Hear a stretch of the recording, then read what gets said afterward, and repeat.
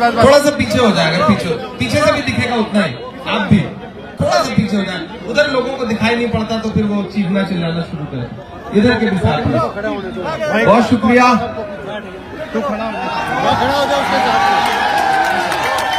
तीमारपुर विधानसभा के तमाम बुजुर्गों, नौजवान साथियों, माओ बहनों, पहली बार आपके बीच में हाजिर हुआ हूं। भाई लोकेंद्र कल्याण सिंह जी की मोहब्बत आपके बीच में लेकर के आई है। आने वाली 5 तारीख को आपको न सिर्फ तीमारपुर के भविष्य का फैसला करना है, बल्कि दिल्ली के भी भविष्य का फैसला करना है। यह चुनाव बहुत महत्वपूर्ण चुनाव है। मैं तुम्हें अपने उसूलों की कसम देता हूं। मैं तुम्हें अपने उसूलों की कसम देता हूं। मुझको मजहब के तराजू में न तौला जाए। मैंने इंसान ही रहने की कसम खाई है। मुझको हिंदू या मुसलमान न समझा जाए। यह चुनाव बहुत महत्वपूर्ण चुनाव है। एक तरफ वो लोग खड़े हैं जो नफरत वाली ताकतों के साथ हैं, एक तरफ वो लोग खड़े हैं जिनके नारे, जिनके इरादे, जिनकी बातचीत, जिनका व्यक्तित्व सब कुछ नफरत में डूबा हुआ है, और एक तरफ लोकेंद्र खड़े हैं जो राहुल गांधी के मोहब्बत के पैगाम को लेकर के तीमारपुर में आए हैं। और मैं आज इनकी हिमायत में आपके बीच में आया हूं।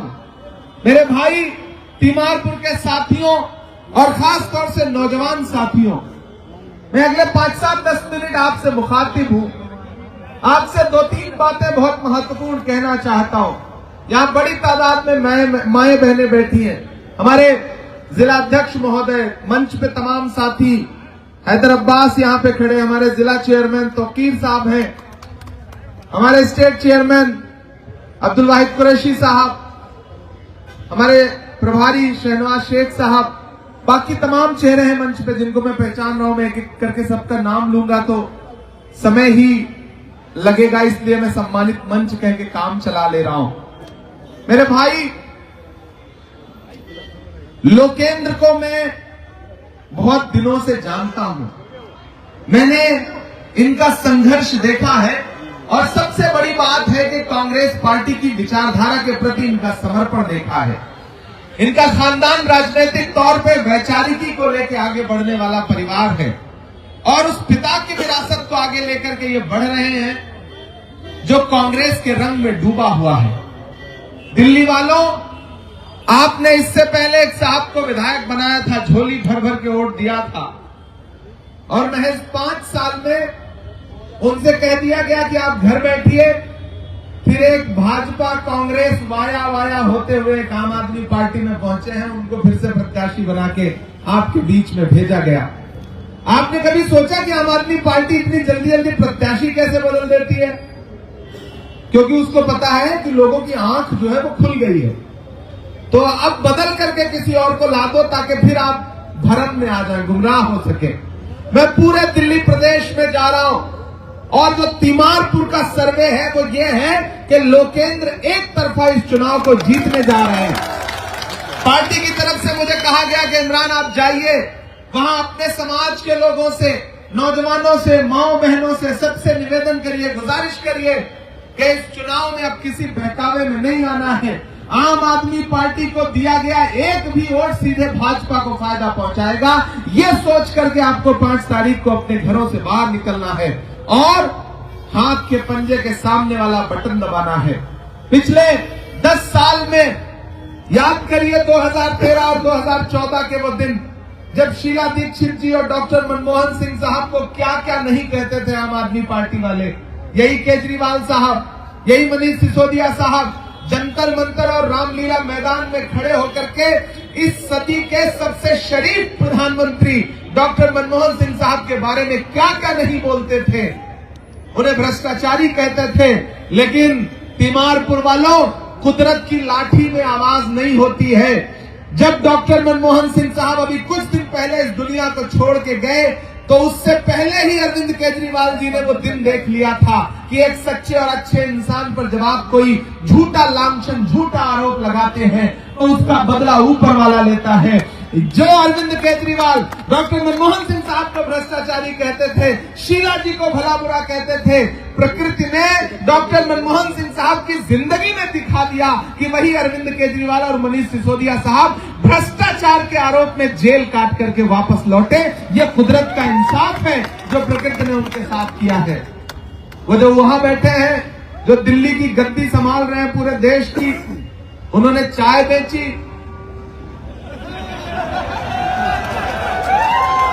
और फिर ये जो छोटे वाले हैं उनके छोटे रिचार्ज, इन्होंने फिर कंपटीशन में शराब बेची।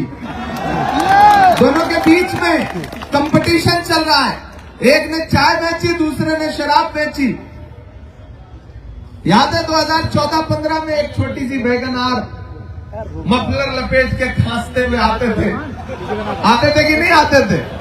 जब देखिए किसी न किसी पोल पे चढ़ जाते थे, वो पोल पे चढ़ते थे और आपको चने के झाड़ पे चढ़ा देते थे। मेरा मानना है कि नरेंद्र मोदी जी जुमला देने में अगर 100% है तो अरविंद केजरीवाल जी 300% है। बड़े बड़े जुमलेबाज इन दोनों के सामने टिक नहीं सकते। खुद की खांसी ठीक कर ली, पूरी दिल्ली खांसने लगी। हुआ है कि नहीं हुआ है? खुद का मफलर उतर गया। अब प्रदूषण इतना ज्यादा है, भारतीय जनता पार्टी ने दिल्ली के माहौल को नफरत से जहरीला किया और आम आदमी पार्टी ने दिल्ली की हवा को प्रदूषण से जहरीला किया। ये दोनों गुनहगार हैं दिल्ली के। ऐसे में आपको एक नए विकल्प की तरफ बढ़ना है और वो नया विकल्प है भाई लोकेंद्र कल्याण सिंह। आप इनसे बहुत प्यार करते हैं, ये अच्छे इंसान हैं। मैं सिर्फ इसलिए नहीं आया हूं कि ये कांग्रेस पार्टी के प्रत्याशी हैं, मैं इसलिए इनके लिए अपील करने आ गया। मैं इन्हें व्यक्तिगत तौर पर भी जानता हूं, एक शानदार इंसान। बहुत कम वकील मिलते हैं जो इस तरह से वैचारिकी के साथ और न्यायप्रियता के साथ आगे बढ़ते हैं। एक बार जोरदार ताली बजा करके इनकी हौसला अफजाई करिए। और मुझे पूरा विश्वास है कि अगर ये एमएलए बन के स्टेट की असेंबली में पहुंचेंगे तो वहां आपके मुद्दे पर बहुत सही तरीके से लड़ेंगे।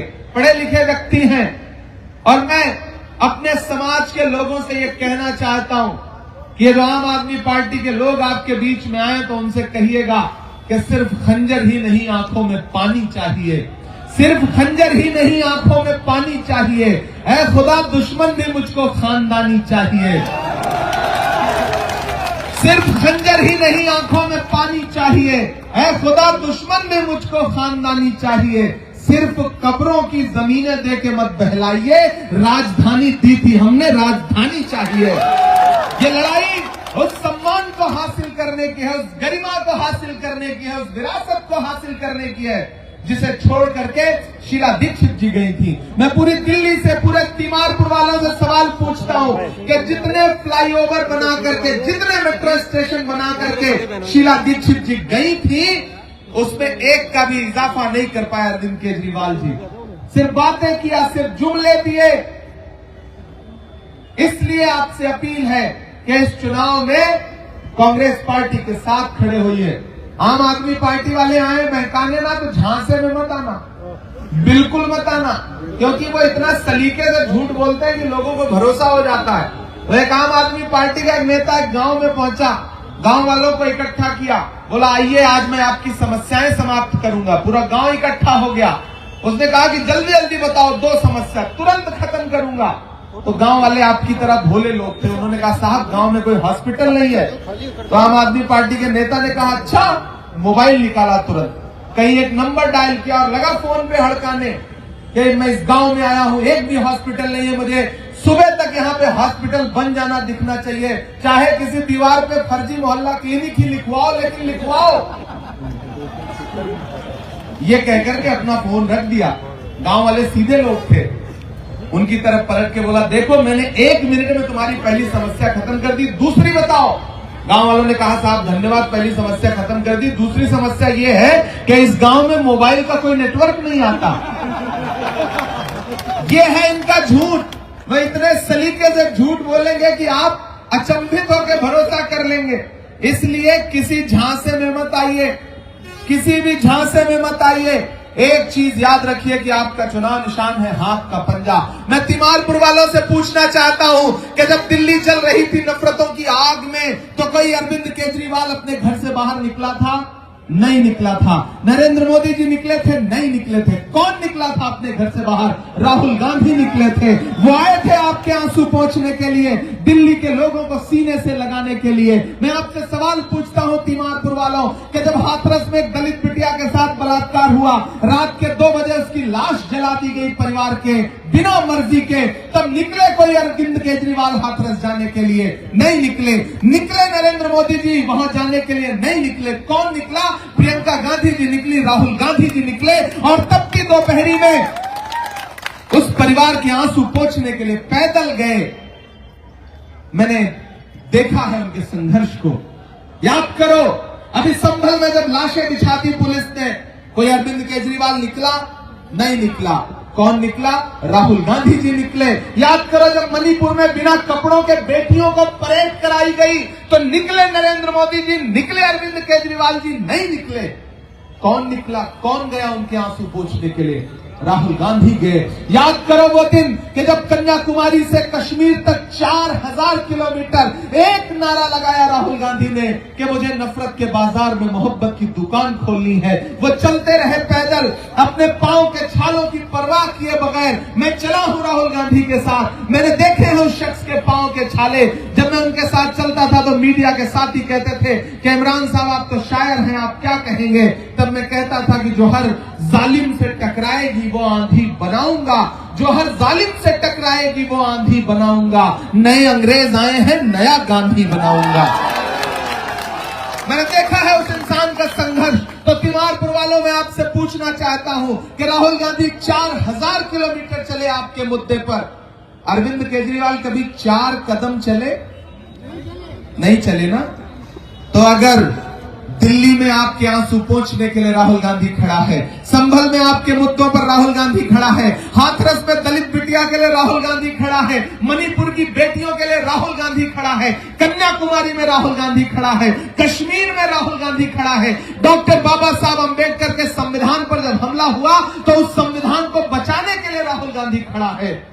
अगर आपके मुद्दों पर राहुल गांधी खड़ा है और वोट फिर किसी बहुरूपिये को दोगे, तो फिर आप अपने जमीर के साथ, अपने स्वाभिमान के साथ नाइंसाफी करोगे। ये आपसे अपील करने के लिए आया हूं। ये चुनाव बहुत महत्वपूर्ण चुनाव है, पूरे देश की नजरें आप पर हैं। और लोकेंद्र भाई, आपने जिस तरह से आकर के तीमारपुर में माहौल बना के रख दिया है, जिस तरह चुनाव को खड़ा किया है, वो तीमारपुर जो बीमारपुर बन गया था, उसको फिर से खूबसूरत और अच्छा बनाने की जो लड़ाई आप लड़ रहे हैं, उसमें तीमारपुर की जनता आपके साथ है, ये नौजवान आपके साथ हैं, ये माएं बहनें आपके साथ हैं। इन्हें पता चल चुका है कि वहां सिर्फ झूठ है, वहां सिर्फ जुमले हैं, सच्चाई अगर कहीं है तो वो कांग्रेस पार्टी में है। इसलिए मैं आपसे अपील करूंगा कि कितनी भी साजिश की जाए, कितनी भी दुश्वारियां पैदा की जाएं, अब आपको असेंबली पहुंचने से कोई रोक नहीं सकता है। कोई आए तो उनसे कहना कि कैंची से चिरागों की लवें काटने वालों,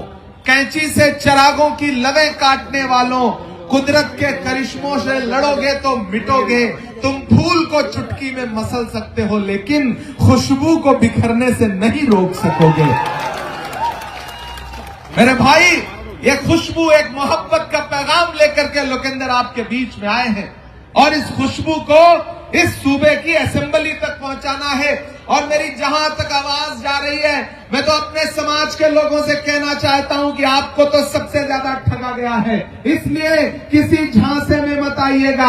आपकी नुमाइंदगी के तौर पर आपको कुछ नहीं दिया गया है। अगर वो अब आपके बीच में आए और आपकी नुमाइंदगी का दावा करें, तो उनसे पूछना कि ये जो 11 मेंबर आप पार्लियामेंट राज्यसभा में आपने पहुंचाए हैं, उसमें अकलियतों की तरफ से कोई एक भी नुमाइंदा क्यों नहीं है। उनसे पूछना कि जहांगीरपुरी में आप कहां खड़े थे, उनसे पूछना कि पूर्वी दिल्ली में आप कहां खड़े थे, उनसे पूछना कि जब बिल्किस के गुनहगार रिहा किए गए तो मनीष सिसोदिया से मीडिया ने सवाल पूछा था कि कुछ बोलिएगा, तो उन्होंने आंखों के सामने से कैमरा हटा दिया था और कहा था कि ऐसे सवाल मत पूछिए, उनसे पूछिएगा, वो आए तो उनसे कह दीजिएगा कि किसी भी मौलवी से या के साधु से न छूटेगा, मदारी के किसी करतब से जादू से न छूटेगा, सफाई कर रहे हो तो जरा दामन की भी कर लो, हमारे खून का धब्बा है झाड़ू से न छूटेगा, नहीं छूटेगा, ये उन्हें बताइएगा। और इस चुनाव में साथियों 5 तारीख को अपना एक एक वोट लेकर के ईवीएम की कतारों में लगिए।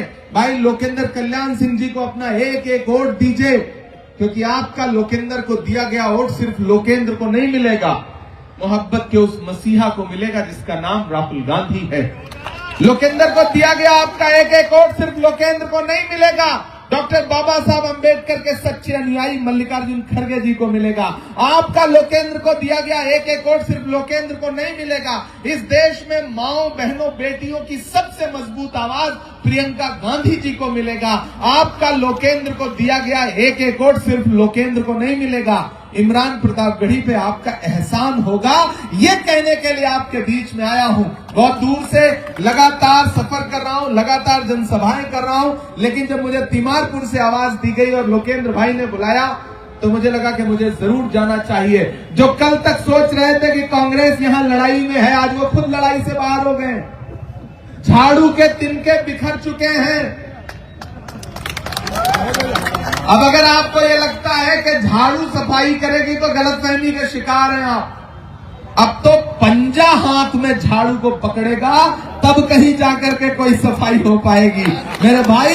इसलिए हाथ के पंजे के सामने बटन दबाइए 5 तारीख को, और याद रखिए वो जो बड़ी बड़ी बात कर रहे थे, चाहे वो भाजपा वाले हों चाहे वो आम आदमी पार्टी वाले हों, शायद ये भूल गए थे कि गमों की आंच में भी मुस्कुराकर चलना पड़ता है।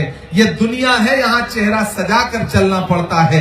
तुम्हारा कद मेरे कद से बहुत ऊंचा सही, लेकिन चढ़ाई पर कमर सबको झुकाकर चलना पड़ता है। ये तिमारपुर की जनता है, ये बदलाव के मूड में है और ये बदलाव करके रहेगी। इसलिए सवाल पूछिए, इसलिए आम आदमी पार्टी वाले भाजपा वाले आए तो कहिए कि कांग्रेस पार्टी ने एक बहुत युवा मजबूत साथी को हमारे बीच में भेजा है। अब हम वाया भाजपा कांग्रेस और आम आदमी पार्टी होते हुए आए लोगों पे भरोसा नहीं जताएंगे। हम एक विचारधारा के मजबूत परिवार से आए हुए इंसान को चुनाव लड़ाएंगे मजबूती के साथ। आज से इस चुनाव को लोकेंद्र ही नहीं बल्कि राहुल गांधी बन के लड़िए। आज से इस चुनाव का इमरान प्रतापगढ़ी बन के लड़िए और बताइए कि तिमारपुर में एक तरफा कांग्रेस पार्टी की हवा चल रही है। कोई कितना भी बहकाने की कोशिश करे, बरगलाने की कोशिश करे, झांसे में नहीं आना है। भाषण सुन लेना है, ताली नहीं बजाना है। यहाँ वाले पे नहीं, वहां वाले की बात कर रहा हूं, यहाँ तो बजाना ही है, क्योंकि ये दोनों अलग अलग नहीं है। अगर आपको लगता है कि अलग अलग है तो आप गलतफहमी के शिकार हैं। मैंने तो अभी नज्म कही है, हो चौकीदार या पलटी मार। चौकीदार भी आप समझ रहे हैं, पलटी मार भी आप समझ रहे हैं, दोनों को समझ रहे हैं ना। हो चौकीदार या पलटी मार, हो पलटी मार या चौकीदार, जनता के असली मुद्दों से दोनों हुए फरार। हो चौकीदार या पलटी मार, हो पलटी मार या चौकीदार। के चाय चाय का नाम ले लो, पिलाओ मत तब भी इनको स्वाद आ जाता है। तिमारपुर के लोग हैं साहब कि चाय बेचने वाला पूरा भारत बेच रहा है। इसी काम में हासिल उसे महारत बेच रहा है। यहाँ के छोटे वाले बड़े जुझारू बेच रहे थे। छोटे वाले समझ रहे ना, यहाँ के छोटे वाले बड़े जुझारू बेच रहे थे। मौका मिला तो खुलकर साहब दारू बेच रहे थे। बेच रहे थे कि नहीं बेच रहे थे? बेच रहे थे कि नहीं बेच रहे थे? नारा स्कूल का लगा रहे थे, दुकान दारू की खुलवा रहे थे। इसलिए झांसे में मत आइएगा कि यहाँ के छोटे वाले बड़े जुझारू बेच रहे थे, मौका मिला तो खुलकर साहब दारू बेच रहे थे। कि दिल्ली राज्य की बर्बादी के दोनों जिम्मेदार हो पलटी मार या चौकीदार, हो चौकीदार या पलटी मार। और जाते जाते चूंकि अगली सभा के लिए पहुंचना है साथियों, उसके बाद फिर एक सभा के लिए पहुंचना है, तो जाते जाते बस इतना कह के जाता हूं लोकेंद्र कि मैंने आपके लिए लोगों की आंखों में एक विश्वास देखा है जो बहुत कम नेताओं के लिए लोगों की आंखों में दिखता है। आप बहुत सौभाग्यशाली हैं, इनकी उम्मीदों का बोझ बहुत भारी है, विधायक बन जाने के बाद उसे बहुत मजबूती के साथ उठाइएगा, ये आपकी जिम्मेदारी रहेगी। और तिमारपुर वालों एक और बात कहता हूं, इस भाई को जिता करके असेंबली पहुंचाओ, ये दिल्ली की असेंबली में आपके मुद्दे पर लड़ेगा और आपका ये भाई सड़क से संसद तक आपके मुद्दों पर देश की पार्लियामेंट में लड़ता है। आप जानते हैं हमारे नेता राहुल जी ने इमरान प्रतापगढ़ी को राज्यसभा पहुंचाया, तो मैं वहां जाके चुप नहीं रहता हूं, मैं डरा नहीं, मैं झुका नहीं, कहीं छुप छुपा के खड़ा नहीं, जो डटे हुए हैं